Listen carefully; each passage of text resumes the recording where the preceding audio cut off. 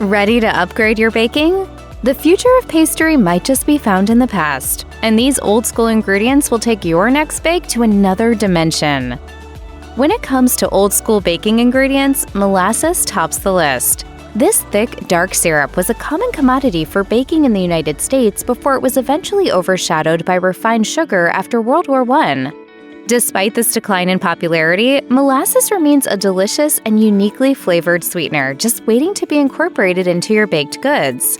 Dark molasses lends a rich caramel-like flavor and can be utilized when making goodies like muffins, chewy spice cookies, gingerbread cupcakes, and much more.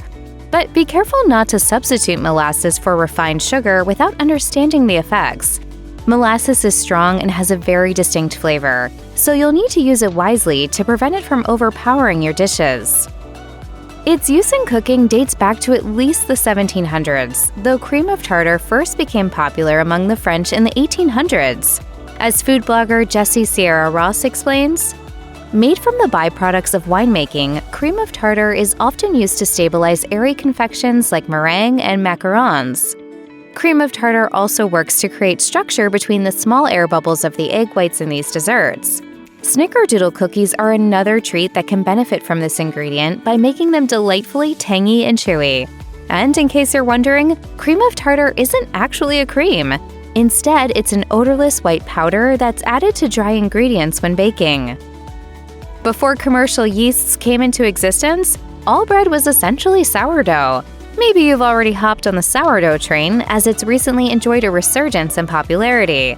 Sourdough scrap, also known as sourdough discard, is the portion of the starter that's left unfed during the maintenance process. This sourdough starter went over the Oregon Trail in 1847. In order to get yourself some sourdough discard, you'll of course first need to make a sourdough starter. This requires only 2 ingredients: flour and water, plus plenty of time. Just measure the ingredients and follow a simple strategy that involves feeding the starter with more flour and water over multiple days. Most bakers discard part of the starter before adding to it, which refreshes its acidity. The unfed portion of the discard is what you can use to make a variety of baked goods. According to Jessie Sierra Ross, the sourdough starter adds a lovely tang to cookies, pancakes, and quick breads. It keeps them nice and moist, too. Rose water was a very common ingredient back in the 19th century, and even today, Middle Eastern culture still include it in a host of dishes. Turkish delight utilizes rose water in much the same way that vanilla extract is used in American culture. As Jessie Sierra Ross explains, in the days of dried spices and not much else, bakers delighted in the classic yet exotic flavor of rosewater. Delicately floral and used in everything from sweet desserts to hand creams, rosewater is a lovely way to bring the scent and taste of roses to your baking. Rosewater is best made with organic rose petals that haven't been exposed to pesticides.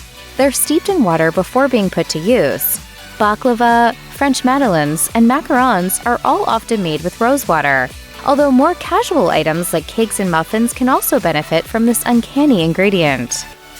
Still commonly used in Southern cooking, buttermilk is a cultured milk similar to yogurt that has a distinct flavor profile perfect for certain needs. As chef and food blogger Jessica Rontawa notes, it adds a beautiful tang and moisture to baked goods, making pancakes, biscuits, and cakes incredibly tender. I often use it as a substitute for regular milk in recipes to enhance the flavor and texture. You can usually find buttermilk in the dairy aisle at most grocery stores. Because it's typically sold in jugs or cartons, you may find yourself with too much of it left over after one use. But because it has so many potential creative culinary possibilities, it just makes sense to always have it on hand. Sure, you may turn away from me now, but as long as I keep drinking my buttermilk. Lard is 100% animal fat that is often derived from pork. A little over a century ago, it was the preferred baking fat of its time. Butter has since taken its place, but that doesn't mean that it doesn't still deserve a place in your kitchen. As Jessica Rontawa explains, using lard might sound old-fashioned, but it can make pie crusts and pastries exceptionally flaky and tender. Unlike butter, lard has a higher melting point, which helps create those lovely layers in your dough. It's definitely worth trying if you want to achieve the perfect crust. In addition to pie crusts and pastries, lard also works well in biscuits, although it may be rare that you'll actually find a modern biscuit recipe that includes lard. So when you come across one, it's definitely worth giving it a go. Like buttermilk, sour cream is often considered an old-fashioned ingredient in baked goods that boasts some surprising advantages. As classically trained chef Dennis Litley raves, sour cream is fantastic in cakes and muffins. It adds moisture and a slight tang that complements the sweetness. How much sour cream you should add will of course depend on the recipe, though it could typically range from about half a cup to a full cup. In addition to cakes and muffins, cookies can also benefit from the tanginess of sour cream. Baking with sour cream works because of its high fat content, which shortens gluten strands and makes for a more tender bite. And this isn't true only with sour cream, as the concept also applies when adding fat in any form, including lard and butter. Because of this, it may be wise to skip non-fat versions of sour cream when baking. Though low-fat versions could still work, they probably won't yield the same results. Nuts and dried fruits are classic additions to baking, though not all of them would necessarily be considered old school. Almonds, for example, have taken the stage as an integral part of modern-day baking, while other nuts, like pecans, are more likely to remind us of baked goods of the past. This doesn't mean that an old-fashioned pecan pie recipe is no longer valid. In fact, there are plenty of updated versions of this classic, including chocolate pecan pie. If pecans aren't your thing, there are fortunately some other options. As Dennis Litley recommends, keep a variety of nuts and dried fruits on hand. They add texture, flavor, and nutrition to your baking. It's a bit nutty. Other recipes that work well with dried fruit and nuts include granola bars and oatmeal raisin cookies.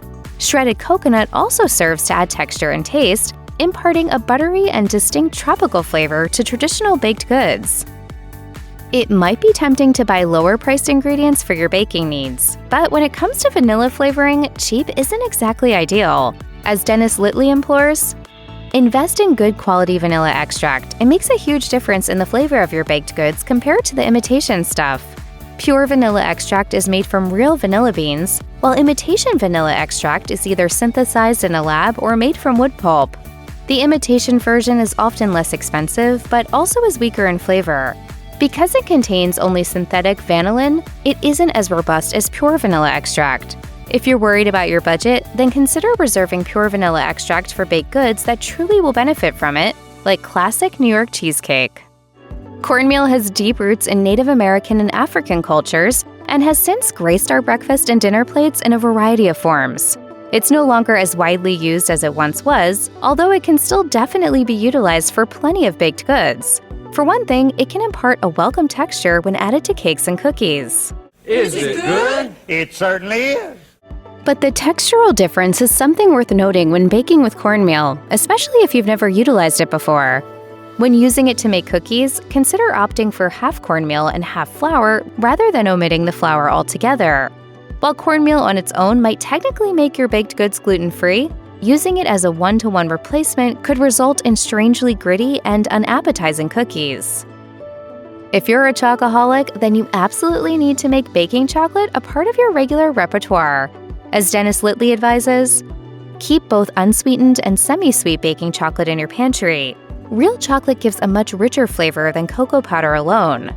Now, you might be wondering exactly how baking chocolate is any different than the regular sort. Baking chocolate comes in several forms, including unsweetened and semi-sweet, and the difference lies in the amount of cocoa contained in each.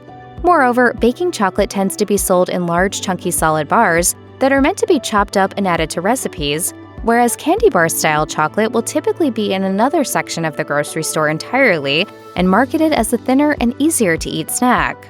It's also important to note that the unsweetened variety of baking chocolate is indeed unsweetened. This means that you're going to get a very bitter chocolate that contains no added flavors, milk, stabilizers, or sugar. It should be added only to recipes that call for it, as they typically contain enough sugar to counteract the chocolate's bitterness. Spelt, rye, and barley are ancient grains that can absolutely be incorporated into baking, though with some caveats. Ancient grains are usually less processed than modern ones and haven't undergone any genetic engineering or hybridization. Although they may bring a different element to baking than you're used to, not all of it is bad as long as you know what to expect. As Jessica Rondowa notes, these grains were commonly used in the past and bring a nutty, robust flavor to bread, muffins, and cookies. They also offer more nutritional value than refined white flour, adding fiber and protein to your baked goods. Each ancient grain has its own unique characteristics. Spelt, for example, is sensitive to over-kneading, which can yield crumbly results. Rye flour, on the other hand, contains very little gluten and works wonderfully in cookies, cakes, and biscuits. For beginners, it might be best to stick with proven recipes already containing these grains until you get the hang of how they behave. While milk continues to be a staple in most baked goods, dry milk isn't quite as popular. Developed in the 1800s, dry milk is known for its easy-to-store properties. It makes for a convenient emergency food staple, and it's also an excellent replacement for liquid milk. The meal replacement formula with fresh milk flavor. So why should you be baking with milk powder? The answer lies not only in its longevity, but also in terms of taste and texture. Shockingly enough, milk powder might stand to add even more flavor to your baked goods than regular milk. This is because it's more concentrated, as it contains no liquid. As a result, you'll get all the flavor in a more robust way, which can make a noticeable difference in your baked goods. Additionally, milk powder can enhance texture, leading to chewier cookies and more tender bread. Last, but certainly not least, try enhancing your baked goods with some warming spices. Cinnamon is a modern-day favorite that can be found in many recipes. But for something old-fashioned that still packs tons of flavor, you can try nutmeg, ginger, or anise, just to name a few. As Rina Awada, owner and head chef at Healthy Fitness Meals, explains, some classic spices that have been used in baking for generations add warmth, sweetness, or nutty flavor. Spices add layers of flavor and are essential in baking because they work as flavor enhancers, add aroma, and improve appearance. Certain spices work best for certain recipes. Nutmeg, for example, performs well in spice cakes, donuts, and pumpkin pie. It can also seriously elevate the flavor profile of chocolate chip cookies. Owada also recommends using cloves when baking, but only in small amounts due to its potency. It works best in treats like gingerbread, fruitcakes, and spice cookies. And then there's cardamom, which adds a sweet and floral taste to cookies, cakes, and holiday bakes.